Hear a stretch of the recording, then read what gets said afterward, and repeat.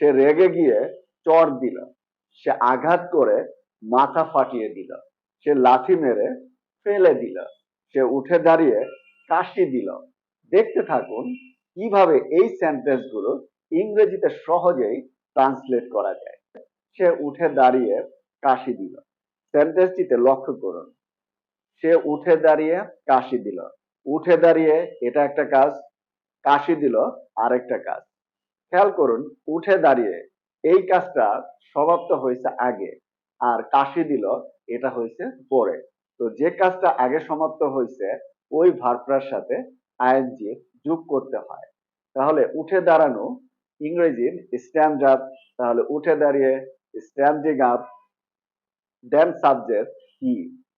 তারপর কাশি দেওয়া ইংরেজি হলো কফ। যেহেতু এখানে কাশি দিল মানে পাস্ট টেন্স, তাহলে হি কফড। তাহলে সে উঠে দাঁড়িয়ে কাশি দিল, পুরো সেন্টেন্সটা কি দাঁড়াচ্ছে? Standing up he coughed. ঘর থেকে বেরিয়ে সে আমাকে ডাক দিল, ঘর থেকে বেরিয়ে এটা একটা কাজ, দেন সে আমাকে ডাক দিল এটা আরেকটি কাজ। তো ঘর থেকে বেরিয়ে এই কাজটা আগে সমাপ্ত হয়েছে, দেন সে আমাকে ডাক দিল এটা পরে সমাপ্ত হয়েছে। তো আগে যেটা সমাপ্ত হয়েছে সেটার সাথে আইএনজি যোগ করতে হয়। ঘর থেকে বেরিয়ে এতটুকুর ইংরেজি হলো coming out of the room, then subject he. আর ডাকা ইংরেজি হলো কল। লক্ষ্য করুন, ডাক দিল পাস্ট টেন্স, তাহলে কল্ড, আমাকে মি। তাহলে পুরো সেন্টেন্সটা কি দাঁড়াচ্ছে? ঘর থেকে বেরিয়ে সে আমাকে ডাক দিল, coming out of the room he called me. সে রেগে গিয়ে থাপ্পড় দিল। খেয়াল করুন, রেগে গিয়ে থাপ্পড় দিল, রেগে গিয়ে এই কাজটা আগে সমাপ্ত হয়েছে, যার জন্য এটার সাথে আইনজি যোগ করতে হবে। তাহলে রেগে যাওয়া ইংরেজি গেট অ্যাংরি অথবা বি অ্যাংরি। আমরা এখানে গেট অ্যাংরিটাই ব্যবহার করব। তাহলে গেটিং অ্যাংরি, দেন সাবজেক্ট কি? হি। থাপ্পড় দেওয়া ইংরেজি হলো স্ল্যাপ। এটা কিন্তু পাস্ট টেন্স, খেয়াল করুন। তাহলে হি স্ল্যাপড। তাহলে পুরো বাক্যটা কি দাঁড়াচ্ছে? সে রেগে গিয়ে থাপ্পড় দিল, গেটিং অ্যাংরি হি স্ল্যাপড। পরেরটা দেখি, সে লাথি মেরে ফেলে দিল, সে লাথি মেরে ফেলে দিল, লাথি মেরে এই কাজটা আগে সমাপ্ত হয়েছে, সুতরাং এটার সাথে আইএনজি যোগ করতে হবে। লাথি মারা ইংরেজি কি? কিক। তাহলে কিকিং, দেন সাবজেক্ট হি। ফেলে দিল থ্রো অ্যাওয়ে। যেহেতু এটা পাস্ট টেন্স, ফেলে দিল, যার জন্য এখানে থ্রো হয়ে যাবে থিউ। তাহলে থিউ অ্যাওয়ে। তাহলে পুরো সেন্টেন্সটা কি দাঁড়াচ্ছে? সে লাথি মেরে ফেলে দিল, কিকিং হি থ্রিউ অ্যাওয়ে। পরেরটা দেখি, সে আঘাত করে মাথা ফাটিয়ে দিল। খেয়াল করুন, আঘাত করে এই কাজটা আগে সমাপ্ত হয়েছে, দেন মাথা ফাটিয়ে দিয়েছে এটা হলো পরে। তাহলে আগে যেটা সমাপ্ত হয়েছে এটার সাথে আইজি যোগ করি, আঘাত করা হিট, তাহলে হিটিং, দেন সাবজেক্ট হি। মাথা ফাটিয়ে দিল, এটার ইংরেজি হলো ক্র্যাক হেড। তাহলে এটা পাস্ট টেন্সে আছে, ক্র্যাকড হেড। তাহলে পুরো সেন্টেন্সটা কি দাঁড়াচ্ছে? সে আঘাত করে মাথা ফাটিয়ে দিল, হিটিং ক্র্যাকড হেড।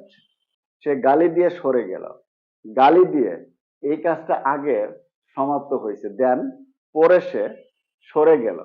এখন যে কাজটা আগে সমাপ্ত হয়েছে সেটার সাথে আইন যোগ করতে হবে। তাহলে গালি দেওয়া এটার ইংরেজি হলো অ্যাবিউজ, তাহলে অ্যাবিউজিং, দেন সাবজেক্ট হি। সরে গেল এটা হলো মুভড অ্যাওয়ে।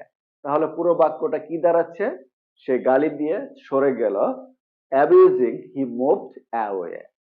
পরেরটা দেখি, সে দুর্নাম করে চলে গেল।